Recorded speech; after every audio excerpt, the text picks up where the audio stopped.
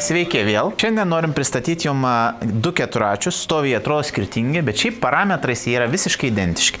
Yra ta pati važiuoklė, tos pačios baterijos, tie patys varikliai, tik tai skiriasi jų išvaizda. Tai yra Tiger modelis ir Spider modelis. Kuom panašus. Čia kaip tokiuose mažuose keturračiuose, tai yra labai dar veikianti, šiaip keistai atrodo, ne, atrodo neveikia. Dėl ko tai vyksta, jeigu jūs atkreipsite dėmesį, šita važiuoklė yra pastatyta, žiūrėkit, čia yra apatinė šakė visiškai atvira, jinai stovi ant šitų amortizatorių ir čia tik tais galas, dėl to jinai gali amortizuoti.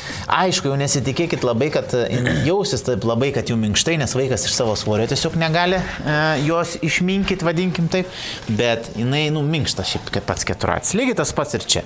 Čia yra 36 voltų 1000 vatų variklis ir baterija 36 voltų, reiškia, kad čia stoja 3 baterijos po 12 Ah.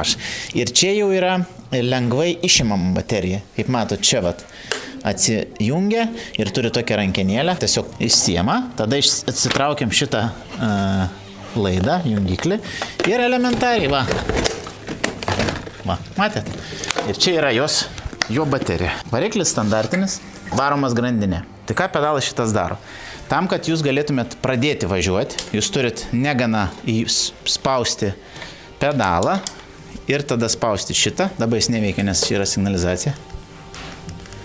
Paskui paaiškinsiu. Galinės lempos nėra, bet tokiuose mažiukose galinės lempos retai būna, tai yra tik tais tam tikrose modeliuose, tai dėl to galit nepergyventi.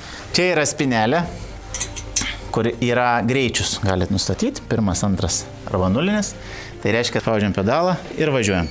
Netyčia neišvažiuotų. Taip, ir būtent ir taip. Jeigu taip atsisėjęs, paspaus ir gali pakilti į orą. Reikia būtinai, kai pasukam raktelį, užsidega, turim paspausti žaibuką iki tol, kol supipsės. Ir tai ne vieną kartą. Spaudykit taip švelniai ir tada gausis pipt, ir tada tik jis veikia, kitaip jis neveiks. Įjungsiu apšvietimą. Abu du LED, tik pas vieną yra tokios sportiškos, pas kito tiesiog apvalios. Principas jokios. Važiuoklė lygiai taip pat, traukės.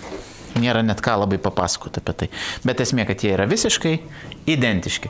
Taigi, šiuos keturračius ir kitus jūs galite rasti mankius.lt, turbūt kur ir žiūrit, arba Vilnius, Kaunas ir Klaipėda.